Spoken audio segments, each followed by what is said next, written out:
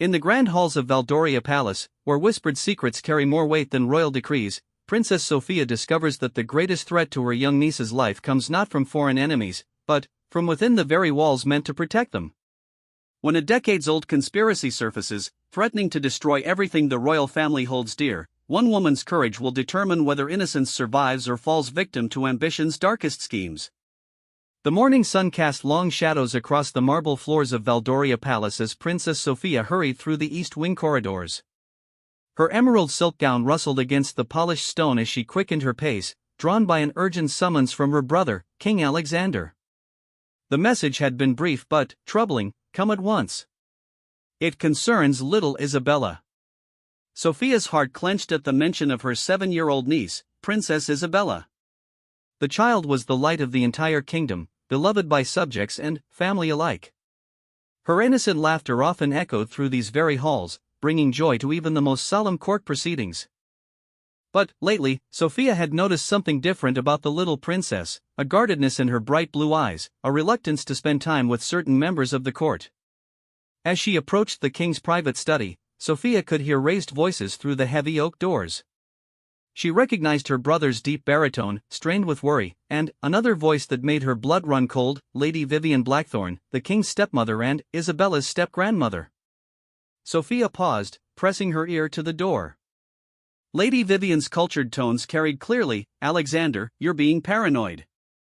Isabella is simply going through a difficult phase. All children do at her age. Perhaps she needs firmer guidance, more structure in her daily routine." "Structure?" Alexander's voice rose incredulously. "Vivian, she's 7 years old, not a military cadet. And this isn't about discipline, it's about the bruises." Sophia's breath caught in her throat. Bruises? On Isabella? Her hand moved instinctively to the door handle, but she forced herself to listen further. "Those marks could have come from anywhere," Lady Vivian continued smoothly. "Children are naturally clumsy. Isabella loves to climb trees, run through the gardens. It's perfectly normal for an active child to have a few scrapes and bumps. These weren't scrapes from climbing trees, and we both know it." Alexander's voice had grown dangerously quiet, a tone Sophia recognized from their childhood when their brother was at his angriest. The physician confirmed they were finger marks on her arms. "Someone has been grabbing my daughter, and I want to know who." Sophia couldn't bear to hear another word.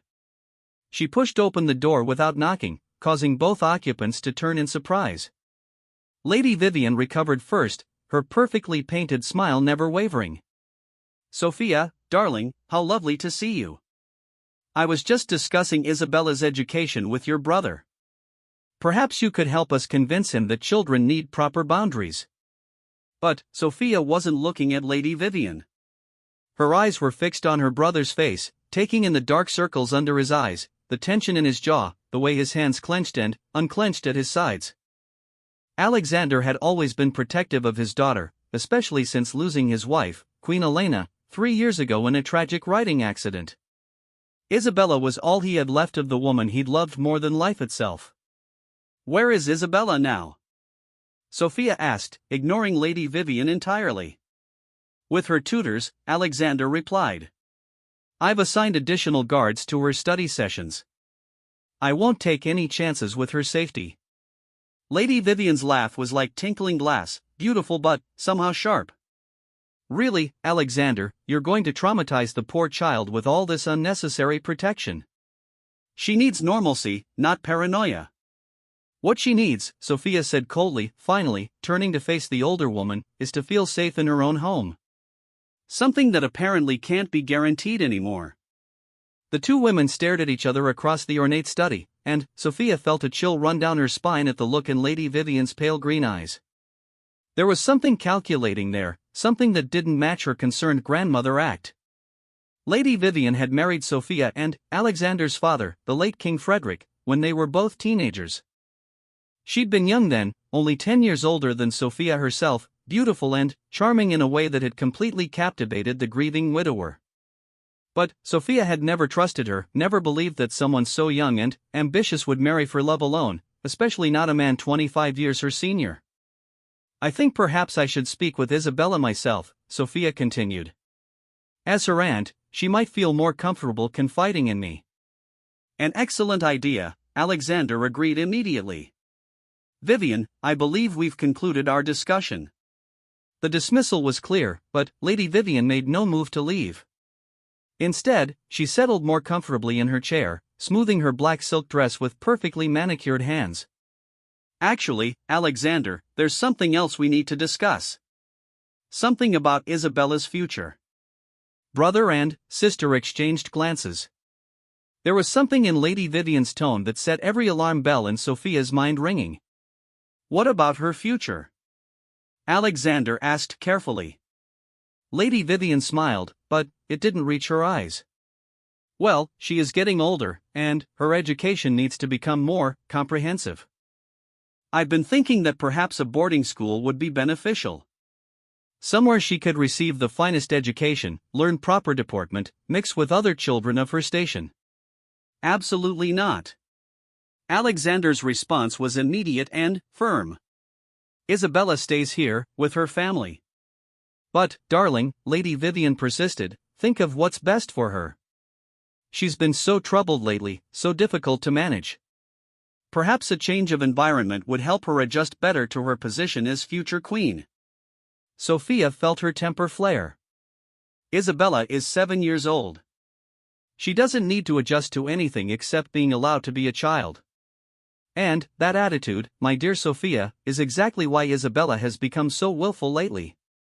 She needs discipline, structure, and proper guidance. Not coddling from doting relatives who can't see past their own sentiment.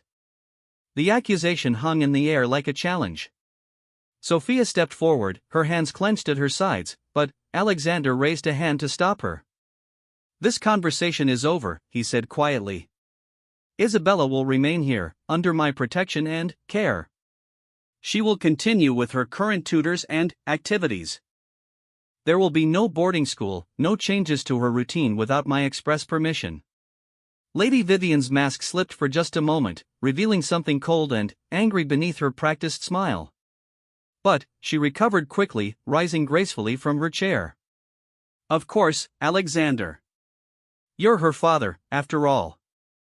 I was simply offering my assistance based on my experience with difficult children. Her gaze flickered meaningfully toward Sophia. I do hope you won't regret this decision.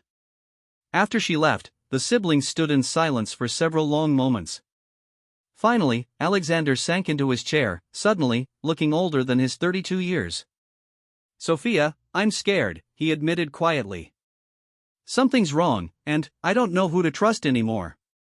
Sophia moved to her brother's side, placing a comforting hand on his shoulder. Tell me everything. From the beginning. Alexander ran his hands through his dark hair, so similar to her own. It started about 3 months ago. Isabella began having nightmares, waking up screaming. When I asked her about them, she said someone was trying to hurt her, but she couldn't explain who or how. Did you speak to the palace physician? Dr. Morrison examined her and said it was likely anxiety from losing her mother. He recommended patience and understanding. But then, Alexander's voice broke slightly. Then, I noticed she was becoming withdrawn. She stopped playing with her favorite toys, stopped asking to visit the stables to see her pony. She would flinch whenever certain people came near her. Which people? That's just it, it seemed random at first. Some of the servants, a few courtiers, even her music teacher. But, then, I realized they all had one thing in common. Sophia waited, though she suspected she knew what he was going to say. They were all people Vivian had recommended for positions in the palace. People she had personally vouched for and insisted we hire. A chill ran down Sophia's spine. And the bruises? I found them yesterday when Isabella's nursemaid was helping her dress. Finger marks on both her upper arms, as if someone had grabbed her forcefully. When I asked Isabella about them, she started crying and begged me not to make her tell. But, you didn't push her. How could I? She was terrified, Sophia. Absolutely terrified. I held her until she fell asleep, and that's when I decided to confront Vivian about the people she'd recommended. And her response was to suggest boarding school. Alexander nodded grimly. She's been pushing that idea for weeks now. Always with some reasonable excuse: better education, proper socialization, preparation for her future role. But now it looks like she's trying to get Isabella away from the palace. Sophia finished the thought that neither of them wanted to voice. Alexander, what if the threat isn't random? What if someone is deliberately targeting Isabella? But who would want to hurt a 7-year-old child? And why? Sophia was quiet for a moment, pieces of a horrible puzzle beginning to form in her mind. Think about it, Alexander. Isabella is your only heir. If something were to happen to her, the crown would pass to my nearest relative. Alexander's face went pale as the implication sank in. But that would be Vivian's son. Lady Vivian had indeed brought a child to her marriage with King Frederick, Marcus, who was now 28 and had always been notably absent from court life, preferring to live abroad. Officially, he was the son of Vivian's first husband, making him no blood relation to the royal family. But if Isabella were removed from the line of succession, we need to be very careful about how we handle this, Sophia said quietly. If our suspicions are correct, we're dealing with someone who's been planning this for years. Someone who's been placing their own people throughout the palace, gaining access to Isabella, building trust and opportunity. Alexander stood abruptly, pacing to the window that overlooked the palace gardens. I should have seen it sooner. The nightmares, the fear, the way Isabella has been acting around certain people. God, Sophia, what kind of father am I that I didn't protect my own daughter? You're protecting her now, Sophia said firmly. And we're going to make sure she stays safe. But we need a plan. What kind of plan? Sophia moved to join her brother at the window. In the gardens below, she could see Isabella playing with her governess, Lady Margaret, one of the few people the child still seemed comfortable around. The little princess was laughing as she chased butterflies, her golden curls bouncing in the sunlight. She looked so innocent, so vulnerable. First, we need to find out exactly who in the palace has connections to Vivian. Not just the people she recommended, but anyone who might be reporting to her about Isabella's activities, her routines, her vulnerabilities. And how do we do that without alerting her to our suspicions? Very carefully. Sophia turned to face her brother. I think it's time I took a more active role in Isabella's daily care. As her aunt, it would be natural for me to spend more time with her, especially given her recent troubles. Alexander nodded slowly. That would also give you a chance to gain her trust, maybe get her to tell us what's been happening to her. Exactly. But, Alexander, if we're right about this, then Vivian won't give up easily. She's been working toward this goal for years, placing her pieces, waiting for the right opportunity. If she realizes we're onto her, she'll accelerate whatever she has planned. Alexander finished grimly. Which means we need to act fast. They were interrupted by a soft knock at the door. Lady Margaret, Isabella's governess, peered in nervously. Your Majesty, forgive the intrusion, but Princess Isabella is asking for you. She seems quite upset about something. Both siblings immediately headed for the door, but Alexander gestured for Sophia to go ahead. You go to her. I need to make some arrangements regarding palace security. Sophia hurried through the corridors toward the gardens, her mind racing with everything they'd discussed. As she pushed through the glass doors that led to the courtyard, she could hear Isabella's voice, high and frightened. I don't want to. Please don't make me. Sophia rushed toward the sound, finding Isabella backed against a stone fountain, tears streaming down her face.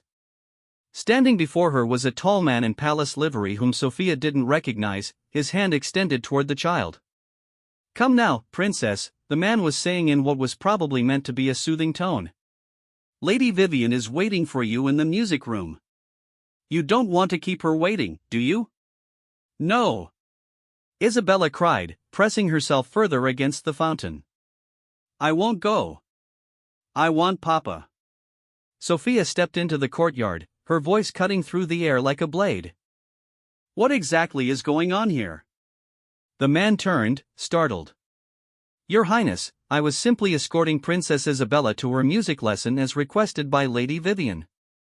Isabella doesn't have music lessons on Thursdays, Sophia replied coldly, though she wasn't entirely sure this was true. And, I don't believe we've been introduced. The man bowed slightly, but Sophia noticed he made no move to step away from Isabella. Thomas Blackwood, Your Highness. I'm Lady Vivian's personal secretary. She asked me to collect the princess for a special lesson.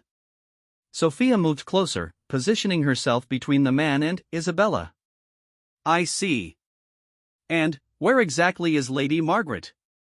Princess Isabella is supposed to be under her supervision. Lady Margaret received an urgent message about her mother's health and had to leave immediately, Thomas replied smoothly. Lady Vivian graciously offered to oversee the princess's afternoon activities personally. Something about his explanation felt rehearsed, too convenient. Sophia glanced back at Isabella, who had stopped crying but was watching the exchange with wide, frightened eyes. Well, how thoughtful of Lady Vivian, Sophia said with false warmth. However, I've just spoken with the king, and he's asked me to spend the afternoon with Isabella.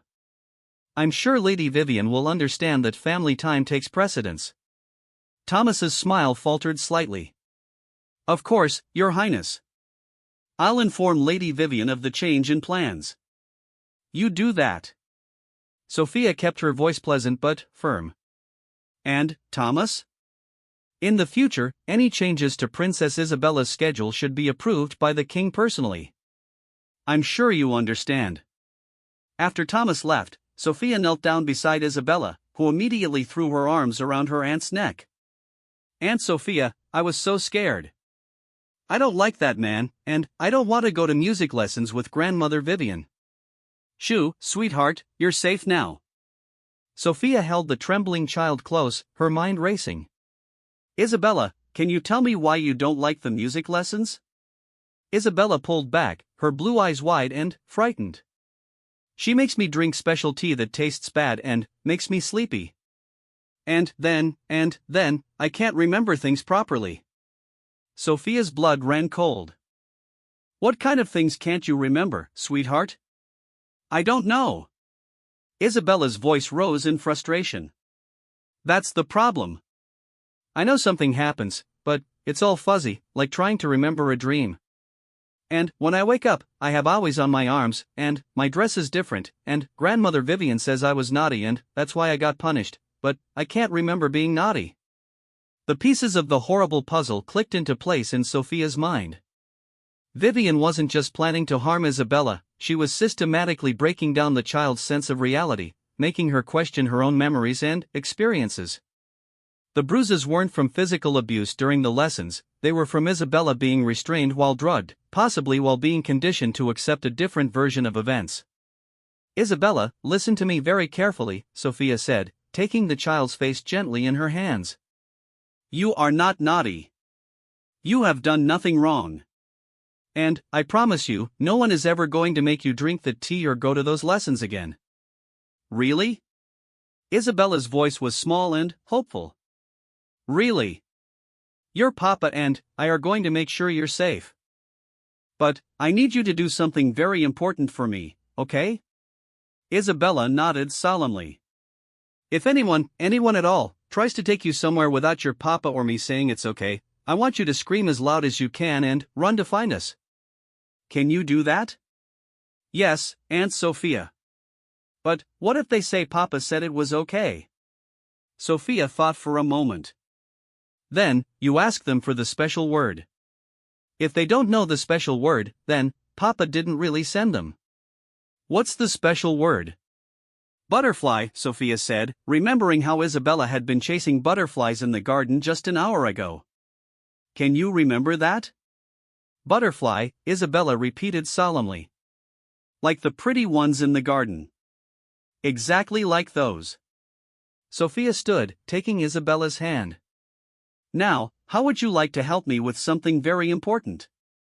Something that only a very brave princess could do?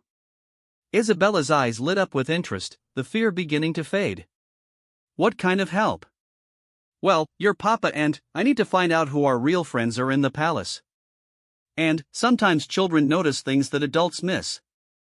Do you think you could help us figure out which people are truly kind and which ones are just pretending? Isabella nodded eagerly. I'm very good at noticing things. Lady Margaret says I have sharp eyes. Perfect. Then, you're going to be our secret helper. But, remember, this has to be our special secret, just between you, me, and Papa. We can't tell anyone else what we're doing, not even if they seem nice and ask lots of questions. Can you keep a secret that important? I can keep the best secrets, Isabella declared proudly. As they walked hand in hand back toward the palace, Sophia's mind was already working on the next steps.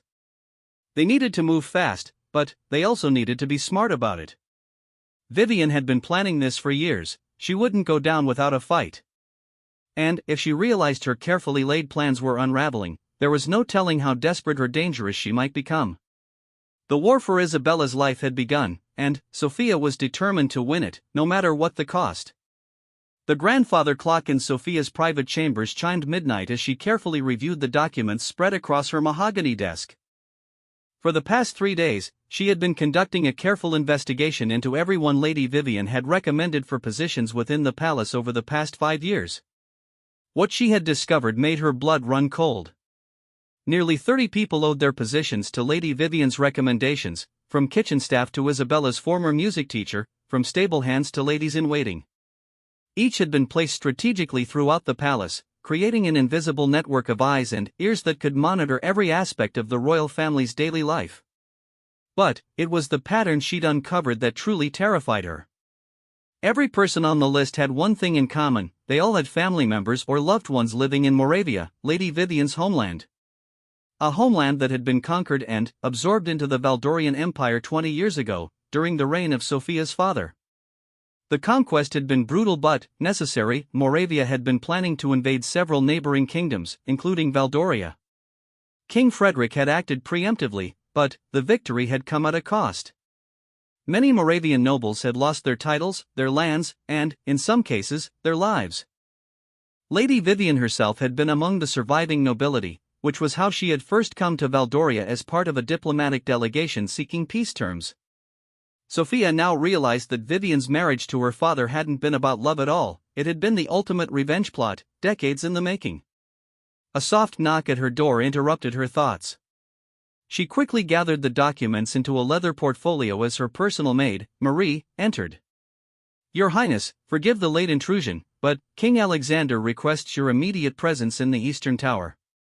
Sophia's heart skipped a beat. The Eastern Tower housed the palace's most secure meeting rooms, reserved for discussions of the utmost secrecy. Did he say why? Marie glanced nervously around the room before lowering her voice. "Princess Isabella had another episode, Your Highness. A severe one." Sophia was already moving toward her cloak. "What happened?" "I don't know the details, Your Highness. Only that Dr. Morrison has been summoned, and the king seemed." Marie struggled for words. "Frightened, Your Highness.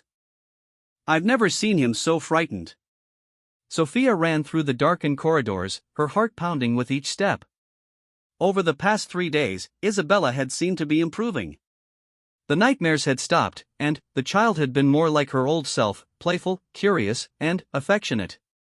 Sophia had begun to hope that simply removing Isabella from Lady Vivian's influence might be enough to help her heal. The Eastern Tower was heavily guarded tonight, with 4 royal guards stationed at various points along the ascending staircase. They nodded respectfully as Sophia passed, but she could see the concern in their eyes. She found Alexander pacing frantically in the circular chamber at the tower's peak. Dr. Morrison, the palace physician, was seated at a small table, writing notes with hands that trembled slightly. Neither man looked up when she entered, which told her everything she needed to know about how serious the situation was. "Alexander," she called softly. Her brother turned, and Sophia nearly gasped at his appearance. His dark hair was disheveled, his shirt partially unbuttoned, and his eyes held a wild, desperate quality she had never seen before. "She almost died, Sophia," he said without preamble. "My little girl almost died tonight. What happened? Tell me everything." Dr. Morrison looked up from his notes, his weathered face grave. "Princess Isabella was poisoned, Your Highness. A slow-acting toxin that had been building in her system over several weeks, possibly months."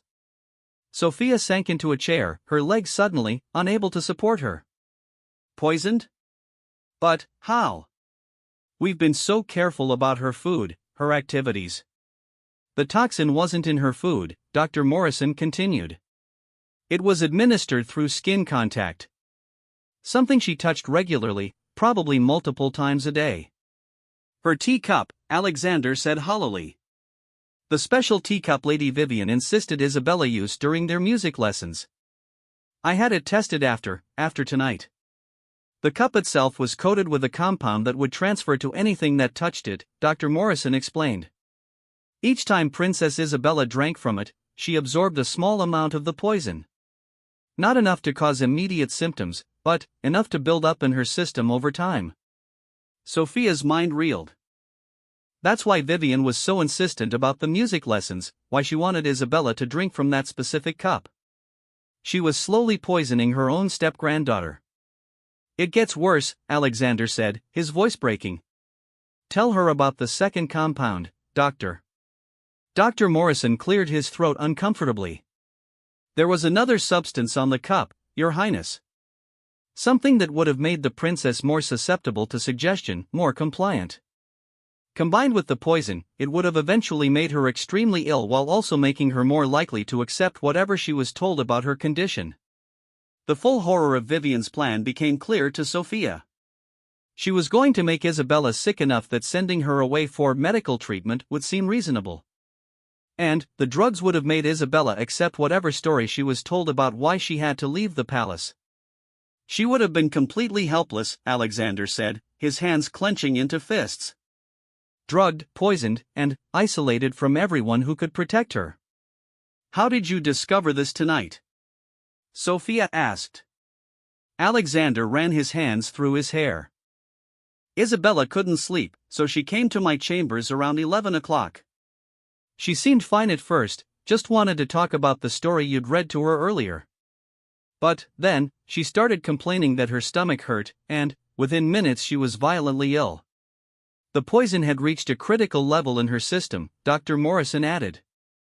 "A few more doses, and the damage would have been irreversible. As it is, she'll need careful monitoring and treatment for several weeks to ensure complete recovery." "Where is she now?" Sophia asked. "In the secure medical chamber, under constant guard," Alexander replied. "I've tripled her protection detail and had every item in her rooms tested for contamination." Sophia thought of the sweet, trusting child who had so bravely promised to help them identify their real friends in the palace. The idea that someone could deliberately harm such an innocent soul made her sick with rage. "We have evidence now," she said finally. "Physical proof of attempted murder. We can have Vivian arrested immediately." "No." Alexander's response was immediate and firm. "We can't." "What do you mean we can't?" "She tried to kill Isabella. Think about it, Sophia. Vivian has been planning this for years. Do you really think she doesn't have contingency plans? The moment we move against her openly, she'll disappear, and we'll never be able to prove the extent of her network." Dr. Morrison cleared his throat. "If I may, Your Majesties, there's something else you should know.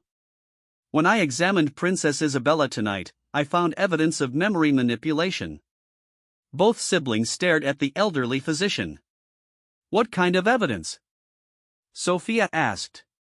"Specific types of cognitive disruption that are consistent with repeated exposure to certain psychological conditioning techniques. Someone has been systematically working to alter the princess's memories and perceptions of reality." "The music lessons," Alexander said grimly.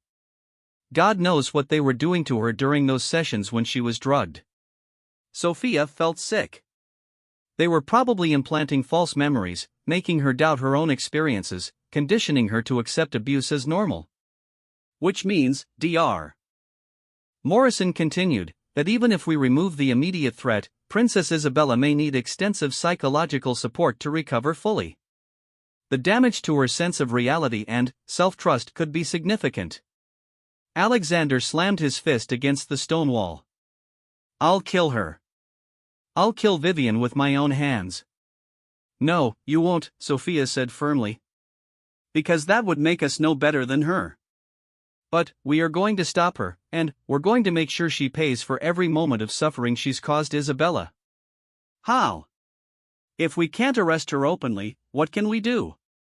Sophia stood, her mind already formulating a plan. We're going to beat her at her own game.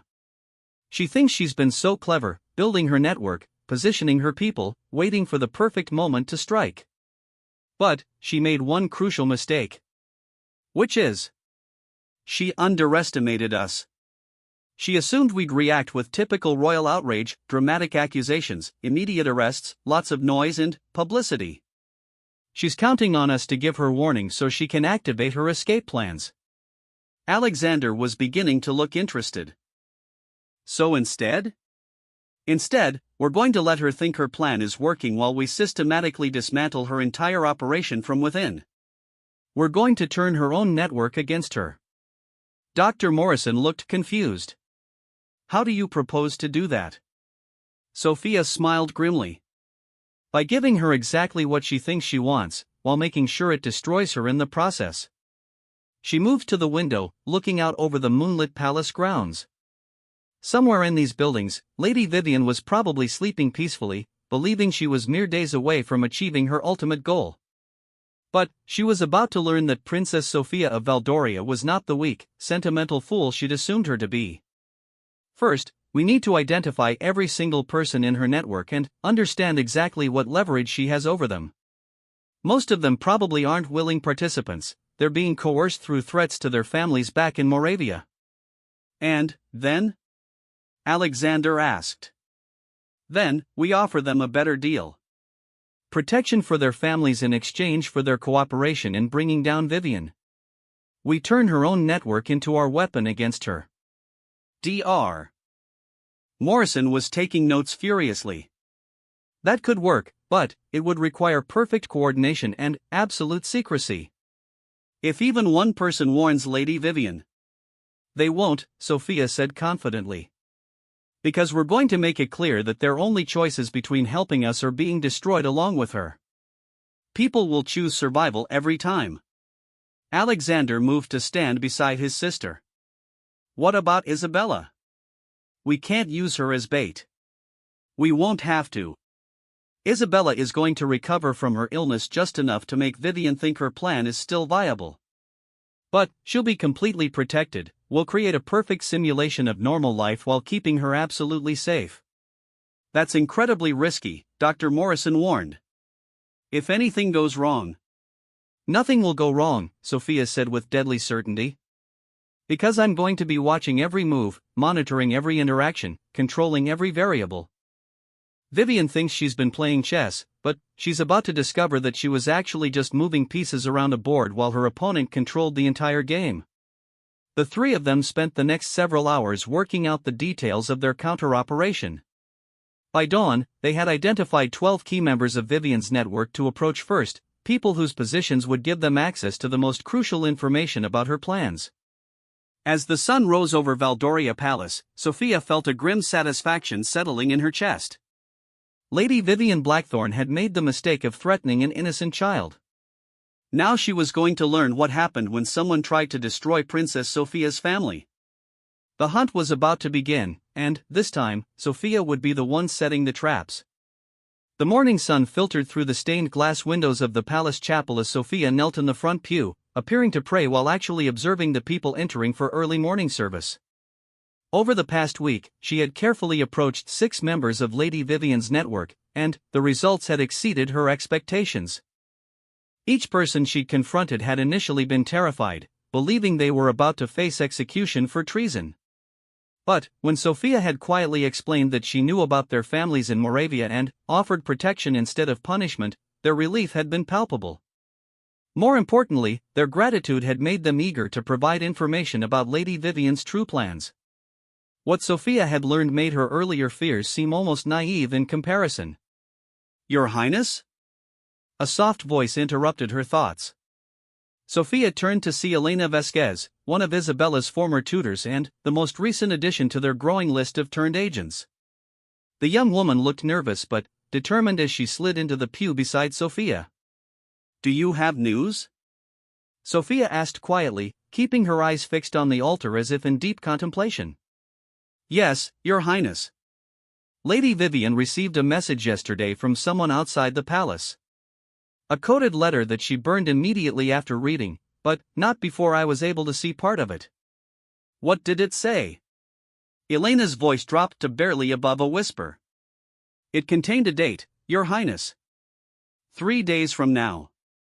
And a single word, removal. Sophia's blood chilled. 3 days. Whatever Lady Vivian had planned, it was happening in 3 days. Was there anything else? The letter bore a seal I recognized from my childhood in Moravia. It was from the Sons of the Lost Crown. Sophia had to force herself not to react visibly. The Sons of the Lost Crown were a Moravian resistance group that had been operating in secret since the conquest 20 years ago. If they were involved in Lady Vivian's plot, then this went far beyond simple revenge against the royal family. Elena, I need you to be very careful over the next few days. Don't do anything that might make Lady Vivian suspicious. Continue your normal routines, but watch and listen for any additional information about this removal plan. Of course, Your Highness. But, may I ask, how is Princess Isabella? We've all been so worried since she became ill. Sophia allowed herself a small smile. She's recovering well, thank you. The doctor believes she'll be strong enough to resume some of her normal activities soon. This was, of course, a carefully constructed lie. Isabella was actually perfectly healthy now, the poison completely purged from her system. But Sophia had made sure word spread throughout the palace that the little princess was still weak and vulnerable, still recovering from her mysterious illness.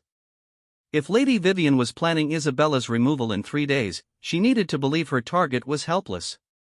After Elena left, Sophia remained in the chapel for several more minutes, her mind racing. The involvement of the Sons of the Lost Crown changed everything. This wasn't just about eliminating Isabella to clear a path for Lady Vivian's son to inherit the throne. This was about destabilizing the entire kingdom. She rose and made her way quickly to the Eastern Tower, where Alexander was waiting with the latest reports from their other turned agents. Her brother looked haggard, the stress of the past week was clearly taking its toll. "We have a problem," she announced without preamble. "The Sons of the Lost Crown are involved." Alexander's face went pale. Are you certain? Elena saw their seal on a letter to Vivian. Alexander, if the Sons are backing this plan, then we're not just dealing with a family dispute. We're dealing with a potential revolution. Alexander sank into his chair, running his hands through his hair. It makes sense, doesn't it?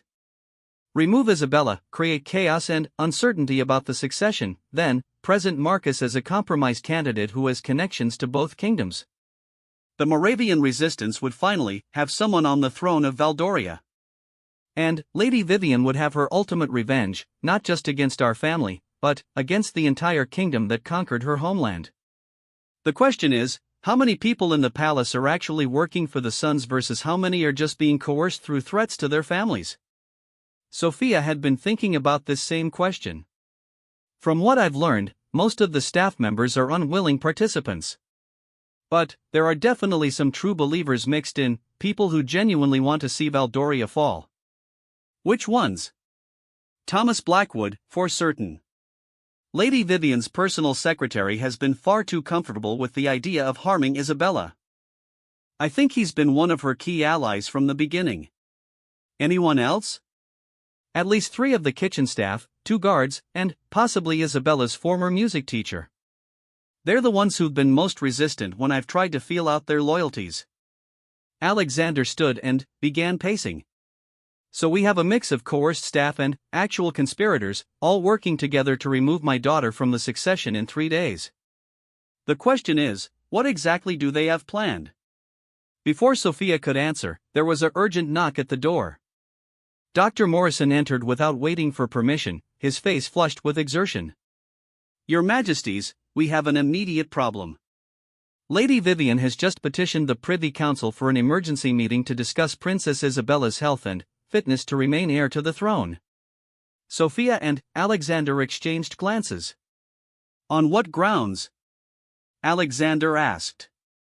She claims to have medical evidence that Princess Isabella's recent illness has caused permanent cognitive damage that would make her unfit to rule. She's demanding an immediate medical evaluation by an independent physician of her choosing. That's impossible, Alexander said immediately. Isabella is perfectly healthy. Yes, but Lady Vivian doesn't know that, Sophia said thoughtfully. She still thinks Isabella is recovering from the poison. This could actually work in our favor. How? Alexander asked. Think about it. If the Privy Council demands an independent medical evaluation, we can control who performs it. We choose someone we trust, someone who will find exactly what we want them to find. Dr. Morrison looked confused. But Princess Isabella is healthy. Any competent physician will be able to determine that immediately. Not necessarily, Sophia said, her mind working rapidly. Not if Isabella appears to be suffering from the exact symptoms that would make Lady Vivian's plan seem necessary. You want Isabella to pretend to be sick? Alexander asked. I want Isabella to appear to be exactly as sick as Lady Vivian believes her to be. Sick enough that removing her from the palace for specialized treatment would seem reasonable to the Privy Council. Absolutely not, Alexander said firmly. I won't use my daughter as bait. You won't be using her as bait, Sophia replied patiently. You'll be using Lady Vivian's own assumptions against her. She's counting on Isabella being weak and vulnerable. We let her continue believing that while we prepare to spring our trap. Dr. Morrison was beginning to understand. If Princess Isabella appears to confirm Lady Vivian's claims about cognitive damage, the Privy Council might indeed authorize her removal to a medical facility. And if Lady Vivian has arranged for that facility to be staffed by her allies, then she'll walk right into our hands, Sophia finished. Because we'll know exactly when and where she plans to make her move. Alexander was still shaking his head. It's too dangerous. If anything goes wrong, if we miscalculate even slightly, then Isabella will be in the same danger she's already in, Sophia pointed out. Alexander, Lady Vivian is going to make her move in 3 days whether we're ready or not. At least this way, we control the circumstances. They were interrupted by another knock at the door. This time it was Captain Hayes, the head of the Royal Guard, who entered with a grim expression. Your Majesty, I've just received word from our contacts in the city. There's been unusual activity among known Moravian sympathizers. Large numbers of people have been quietly moving into positions around the palace over the past several days. What kind of positions? Sophia asked. Service positions, mostly. New staff at inns and taverns near the palace, temporary workers for local merchants, even some new clergy at nearby churches. Individually, each hiring seems innocent. But, taken together, they're positioning themselves for something big, Alexander finished. Captain, how many people are we talking about? At least 50, possibly more. And that's just within a half-mile radius of the palace. If they're spread throughout the city. The implications were staggering. This wasn't just a plot to remove Isabella from the succession. This was preparation for a coordinated attack on the entire royal family, possibly even a full-scale uprising. We need to warn the other kingdoms, Alexander said. If the Sons of the Lost Crown are this organized, they might have similar operations planned elsewhere. Not yet, Sophia said quickly. If we start sending out warnings, word will get back to Lady Vivian. We need her to believe she still has the element of surprise. But, if we're wrong, if we've miscalculated, Then, we'll adapt, Sophia said firmly. But I don't think we're wrong. I think Lady Vivian has been planning this for 20 years, and she's finally ready to make her move. The question is, are we ready to stop her? Alexander looked at his sister for a long moment, then nodded slowly. Tell me exactly what you have in mind. For the next 2 hours, they refined their plan. Isabella would indeed appear before the independent medical examiner, but she would be carefully coached to display symptoms of cognitive confusion and memory problems. The examination would confirm Lady Vivian's claims, leading to a recommendation that the princess be removed to a specialized facility for treatment. But the facility Lady Vivian had undoubtedly arranged would never receive its intended patient. Instead, Isabella would be safely hidden in a secure location while a carefully planned deception led Lady Vivian and her allies into a trap that would expose not just her personal plot, but the entire network of Moravian resistance fighters operating throughout the kingdom. It has to work perfectly, Alexander said finally. If even one element goes wrong. It will work, Sophia assured him. Because we have something Lady Vivian doesn't. What's that? Sophia smiled grimly. The truth. And the knowledge that we're fighting for an innocent child's life, not for personal revenge or political power. That makes us stronger than she could ever imagine. As they finalized their preparations, none of them noticed the small figure lurking in the shadows outside the tower window. Thomas Blackwood had been watching and listening for the past hour, and what he had heard made him smile with cold satisfaction. The royal family thought they were so clever, but they had just revealed their entire plan. Lady Vivian would be very interested to learn that her stepdaughter and son-in-law believed they were setting a trap. Too bad for them that the trap was already closing, and they were the ones caught inside it. The Privy Council chamber buzzed with tension as its 12 members filed in for the emergency session Lady Vivian had requested. Sophia stood at the tall windows overlooking the courtyard, watching the carefully choreographed scene below while her heart hammered against her ribs. In the center of the courtyard, Isabella sat on a stone bench with Dr. Morrison, apparently engaged in a simple conversation. To any observer, the little princess looked pale and tired, occasionally pausing mid-sentence as if confused or struggling to remember her thoughts. It was a masterful performance for a 7-year-old, but, then, Isabella had always been remarkably intelligent. What the Privy Council members didn't know was that every symptom Isabella displayed had been carefully rehearsed. What they also didn't know was that hidden throughout the palace were Alexander's most trusted guards, ready to spring into action the moment Lady Vivian made her move. Your Highness? Lord Chancellor Whitmore called softly. We're ready to begin. Sophia turned from the window, taking her seat at the polished oak table. Lady Vivian sat directly across from her, dressed in somber black silk, her expression perfectly crafted to convey deep concern for her step-granddaughter's well-being. "Thank you all for gathering on such short notice," Lady Vivian began, her voice heavy with artificial sorrow. "I wish the circumstances were more pleasant, but I fear we face a crisis that cannot be delayed." She gestured toward the window. "As you can see, Princess Isabella continues to struggle with the effects of her recent illness. What you may not realize is the extent to which her cognitive abilities have been impaired." Lord Whitmore, a man who had served the crown faithfully for 30 years, leaned forward. "Lady Vivian, these are serious allegations. Do you have medical evidence to support these claims?" "I do indeed." Lady Vivian produced a leather folder from her bag. Dr. Heinrich Müller, a renowned specialist in childhood cognitive disorders, examined Princess Isabella yesterday at my request. His findings are troubling. Sophia had never heard of Dr. Müller, which meant he was almost certainly one of Lady Vivian's conspirators.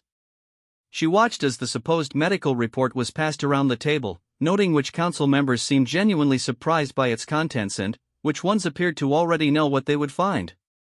Lords Whitmore, Ashford, and Pemberton seemed truly shocked by the allegations.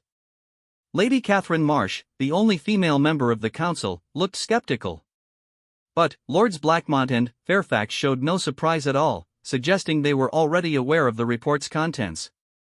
These findings suggest severe memory impairment, difficulty with logical reasoning, and possible hallucinations, Lord Blackmont read aloud. If accurate, these symptoms would indeed raise questions about Princess Isabella's fitness to inherit the crown. They would raise questions about her fitness to remain in the palace at all, Lady Vivian added. A child suffering from such severe cognitive damage needs specialized care, not the pressures and responsibilities of royal life. Lady Catherine looked up from the report. Dr. Muller recommends immediate removal to a private facility for intensive treatment. How convenient that such a facility happens to be available. The sarcasm in her voice was subtle but unmistakable. Lady Vivian's smile never wavered. The Serenity Institute in the Blackwood Mountains has an excellent reputation for treating children with similar conditions. Dr. Muller assures me they would be able to provide Princess Isabella with the care she needs. And who exactly runs this Serenity Institute? Lord Whitmore asked. A colleague of Dr. Muller's, Dr. Sarah Blackwood. She's pioneered several revolutionary treatments for childhood cognitive disorders. Sophia noticed the surname immediately. Blackwood, like Lady Vivian's secretary Thomas. Another piece of the carefully constructed network. I object to these proceedings entirely, Sophia said, speaking for the first time since the session began. This council has no authority to remove Princess Isabella from the line of succession based on a single medical opinion. No one is suggesting removing her from the succession, Lady Vivian replied smoothly. We're simply proposing that she receive the medical care she desperately needs. If her condition improves, she could potentially return to court life. And if it doesn't? Lord Ashford asked. Then, we would need to consider alternative arrangements for the succession. But that's a bridge we'll cross when we reach it. The trap was perfectly laid, Sophia had to admit. Lady Vivian wasn't technically proposing anything treasonous. She was simply expressing concern for a sick child's welfare. But everyone in the room understood the implications. I propose we seek a second medical opinion before making any decisions, Lady Catherine suggested. Surely such momentous choices deserve confirmation from multiple experts. An excellent suggestion, Lord Whitmore agreed. We should have our own court physician examine Princess Isabella immediately. Lady Vivian's mask slipped slightly. Dr. Morrison has already examined the princess extensively. I believe his personal attachment to the royal family may have influenced his judgment regarding her condition. Are you questioning Dr. Morrison's professional integrity? Sophia asked coldly. Of course not. I'm simply suggesting that an outside opinion might be more objective. Lord Blackmont cleared his throat. Perhaps we could arrange for both examinations. Dr. Morrison can provide his assessment, and we can also have Princess Isabella evaluated by the independent specialist Lady Vivian has suggested. It was exactly what Sophia had been hoping for. I have no objection to that arrangement, provided the examinations are conducted transparently, with witnesses present. Naturally, Lady Vivian agreed.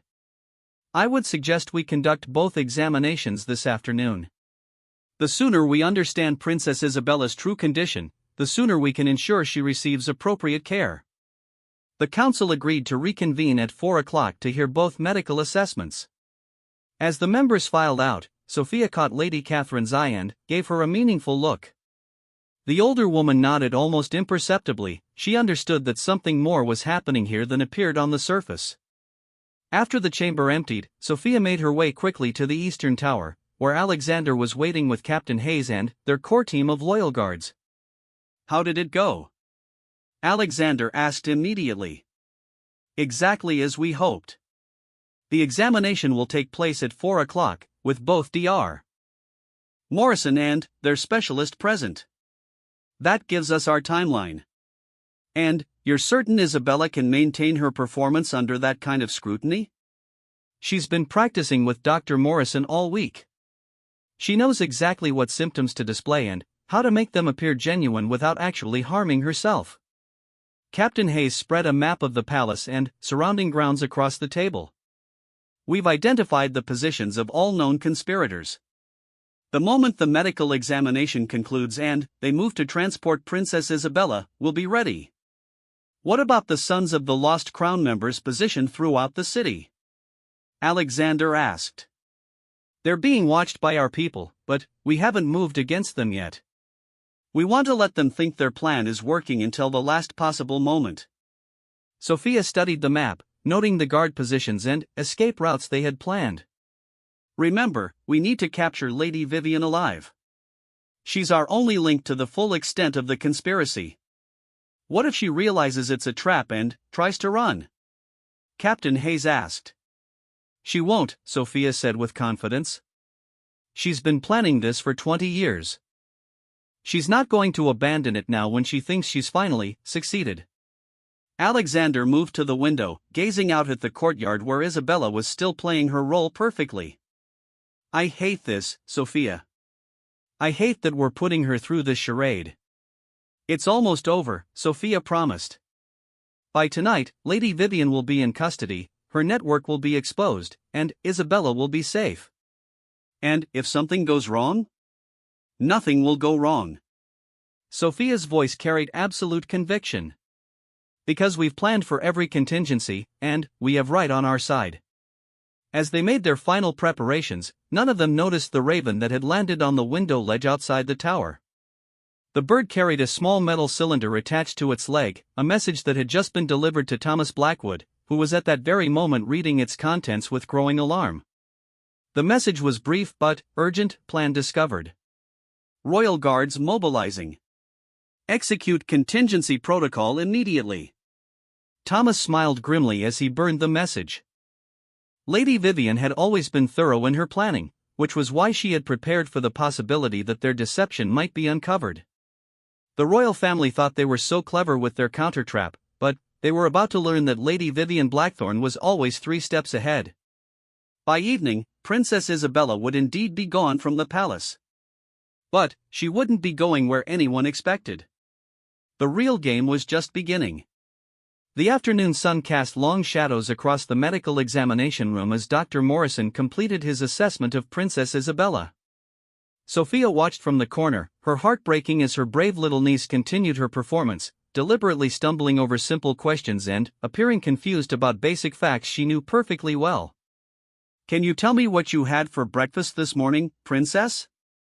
Dr. Morrison asked gently, playing his own role in their elaborate deception. Isabella frowned, as if struggling to remember. I think it was porridge? Or maybe bread? I'm sorry, I can't remember very well anymore. Lady Vivian, observing from across the room, nodded with apparent satisfaction. Beside her stood Dr. Heinrich Muller, a thin man with pale eyes who had arrived that morning claiming to be the specialist who had previously examined Isabella. Dr. Morrison, Lady Vivian said softly, surely you can see the extent of the child's cognitive decline. She can barely remember basic daily activities. Dr. Morrison made notes on his chart, his expression carefully neutral. I am observing some concerning symptoms, yes. Dr. Muller, perhaps you could share your findings as well? Dr. Muller stepped forward, consulting his own notes. Princess Isabella's condition has deteriorated significantly since my last examination. The memory impairment, confusion, and disorientation suggest severe neurological damage that requires immediate intensive treatment. And, you believe the Serenity Institute is equipped to provide such treatment? Asked Lord Whitmore, who was observing the examination along with 3 other Privy Council members. It's her only hope for recovery, Dr. Muller replied gravely. Each day we delay treatment reduces the likelihood of significant improvement. Sophia noticed how Isabella's hand briefly touched the small pendant around her neck, their prearranged signal that she was becoming tired from maintaining her act. They needed to conclude this examination soon. Dr. Morrison, what is your professional opinion? Lord Whitmore asked. The elderly physician looked genuinely pained as he delivered his prepared response. I must concur with Dr. Muller's assessment. Princess Isabella's condition requires specialized care that cannot be provided here at the palace. Lady Vivian's smile was barely concealed behind her mask of concern. Then, we're all in agreement. The carriage to transport Princess Isabella to the Serenity Institute can be prepared immediately. Not quite so fast, said a new voice from the doorway.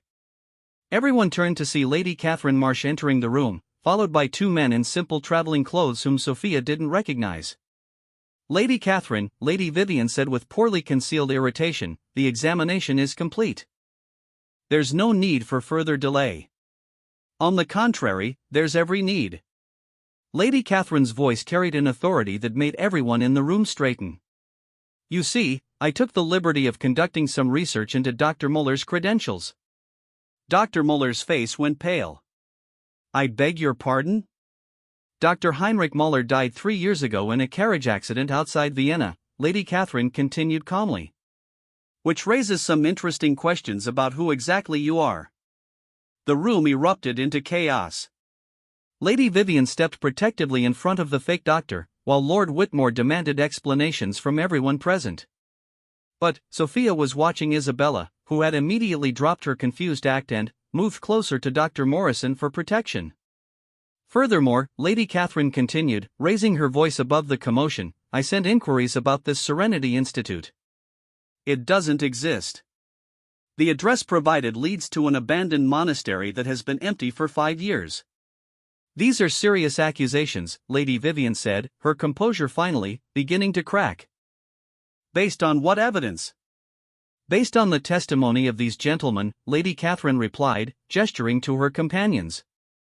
"Mr. James Crawford, former director of the Vienna Medical College, and Father Benedict, who has overseen the abandoned Blackwood Monastery for the past decade." The fake Dr. Muller suddenly bolted for the door, but found his way blocked by Captain Hayes and 2 royal guards who had appeared as if from nowhere. "I think," Sophia said, standing and moving to Isabella's side, "it's time we stopped pretending and dealt with the truth." Lady Vivian's mask finally slipped completely, revealing the cold rage beneath. "You think you're very clever, don't you, Sophia? Playing your little games, setting your little traps. Clever enough to see through your plot to kidnap my niece and murder the rest of my family," Sophia replied evenly. "Murder?" Lord Whitmore looked shocked.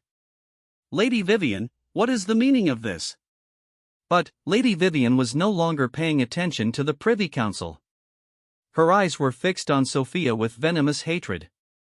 20 years I've waited. 20 years I've planned and positioned and prepared. And you think you can stop me with your amateur theatrics? "I don't think I can stop you," Sophia said calmly. "I know I already have." Lady Vivian laughed, a sound like breaking glass. "You foolish child. Did you really think this examination was my only plan? Did you honestly believe I would stake everything on such a simple deception?"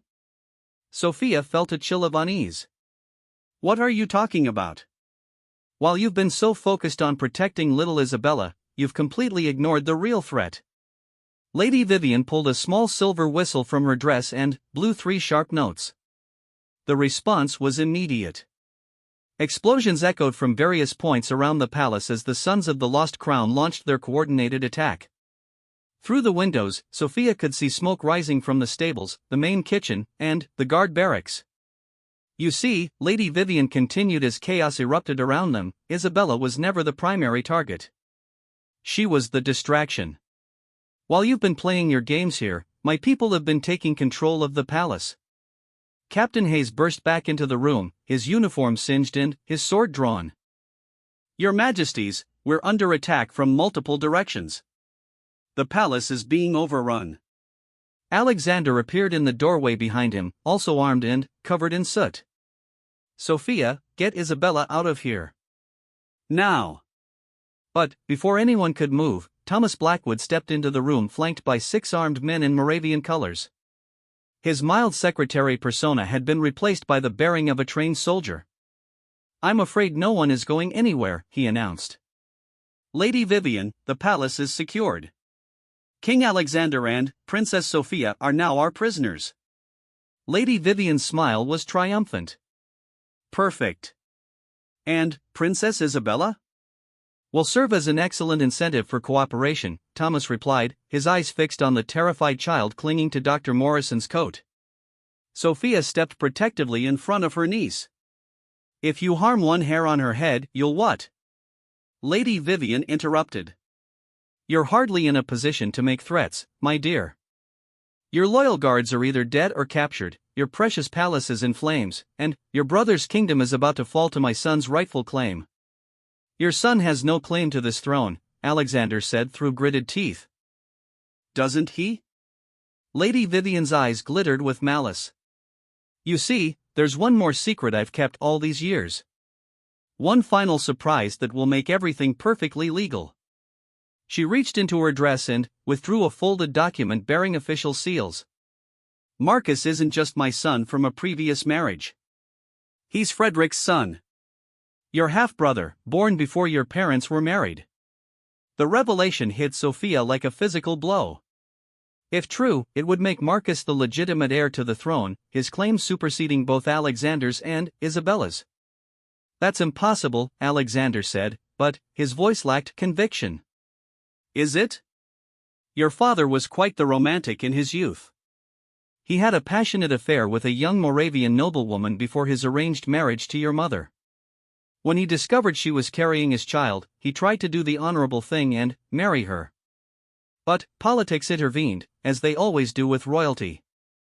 Lady Vivian unfolded the document with theatrical precision.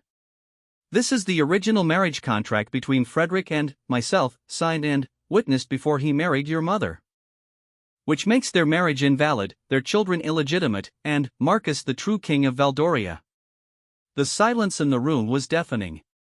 If the document was genuine, everything they had fought for was meaningless. Marcus would have a legal right to the throne, and their resistance would be labeled as treason. But Sophia was studying Lady Vivian's face, looking for any sign of deception. And there, in the slight tightening around her eyes, she found what she was looking for. You're lying, Sophia said quietly. I beg your pardon? You're lying about the marriage contract. Oh, I'm sure the document is real enough, you've had 20 years to have it forged. But you're lying about Marcus being our father's son. Lady Vivian's composure flickered. You can't prove that. Actually, I can. Sophia reached into her own dress and withdrew a small leather journal. Because I found this in our father's private papers. His personal diary from the year Marcus was born. She opened the journal to a marked page and began to read aloud. March 15, 1998, received news that Lady Vivian has given birth to a son. The child bears no resemblance to Frederick bloodline, confirming my suspicions about the paternity. The boy's true father remains unknown, but it is certainly not me. The color drained from Lady Vivian's face. That diary could be forged. Could be, Sophia agreed. But, unlike your marriage contract, this diary has been in the royal archives for 20 years, examined and authenticated by multiple historians. Thomas Blackwood shifted uncomfortably. Lady Vivian, does this change our plans? It changes nothing. Lady Vivian snapped. We still control the palace, we still have the royal family as prisoners, and we still have enough evidence to create reasonable doubt about the succession. That's all we need to install Marcus as regent until these matters are resolved. And how long might that resolution take? Sophia asked mockingly. 20 years? 30? Long enough for everyone who remembers the truth to die of old age? Long enough, Lady Vivian confirmed coldly. But her moment of triumph was interrupted by a new sound, the clear, strong notes of a trumpet playing the royal salute. Through the windows, they could see riders approaching the palace at full gallop, their banners clearly displaying the colors of the neighboring kingdoms. Captain Hayes, who had been standing silently during the confrontation, suddenly smiled. Lady Vivian, I believe your plans have encountered a slight complication. What are you talking about? Those are reinforcements from the allied kingdoms. You see, we sent word of your plot to our neighbors 3 days ago, as soon as we discovered the extent of your network.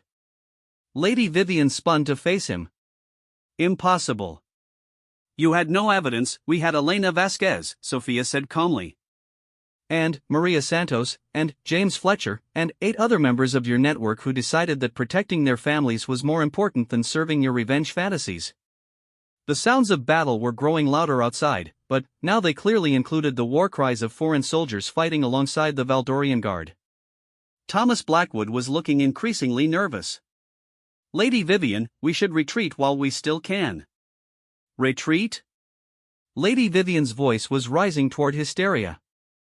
20 years of planning, and you want to retreat? 20 years of planning, Sophia corrected, built on lies, revenge, and the abuse of innocent people.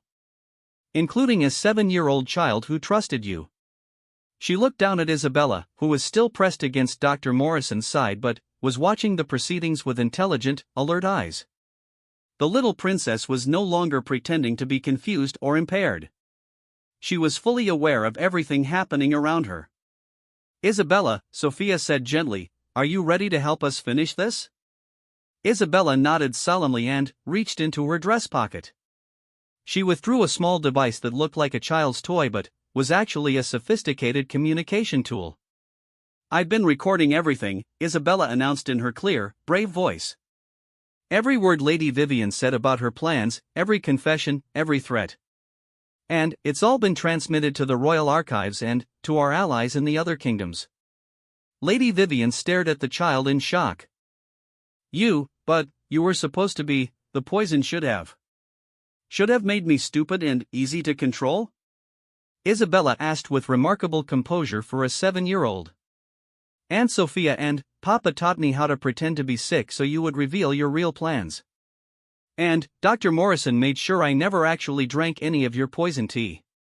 The final pieces of their elaborate counter-operation fell into place. Lady Vivian had been so focused on her own deception that she had never suspected she was being deceived in return. Thomas Blackwood made a desperate grab for his sword, but found himself facing Captain Hayes' blade instead. Around the room, the other conspirators were being disarmed by royal guards who had apparently been hiding nearby all along. It's over, Vivian, Alexander said, entering the room with a squadron of guards behind him. Your network has been exposed, your allies have been captured, and your plot has failed. Lady Vivian looked around the room at the faces surrounding her, some triumphant, some relieved, but all united against her. The game she had spent 20 years orchestrating had finally come to its end. You think this is finished? She asked, her voice hollow with defeat. You think you've won? I think, Sophia said quietly, that you've lost the right to threaten innocent children. And that's victory enough for me. As Lady Vivian was led away in chains, Isabella finally ran to her father's arms. Sophia watched the reunion with tears in her eyes, knowing that while the immediate threat had passed, the effects of Vivian's poison, both physical and psychological, would take time to fully heal. But they had time now. They had safety, they had truth, and they had each other. The kingdom of Valdoria would endure, and Princess Isabella would grow up to be the queen she was meant to be, strong, brave, and surrounded by people who loved her enough to risk everything for her safety. Lady Vivian's 20-year quest for revenge was over. And justice, as it always should, had prevailed. The palace bells began to ring, proclaiming victory and the safety of the royal family. As their clear notes echoed across the kingdom, Princess Sophia smiled and held her family close, knowing that some battles are worth fighting, no matter the cost. And, in the end, love had proven stronger than revenge, truth more powerful than deception, and courage more valuable than ambition. The princess had saved the kingdom by learning that sometimes the greatest victories come not from royal blood or inherited power, but from the simple determination to protect the innocent and stand up for what is right.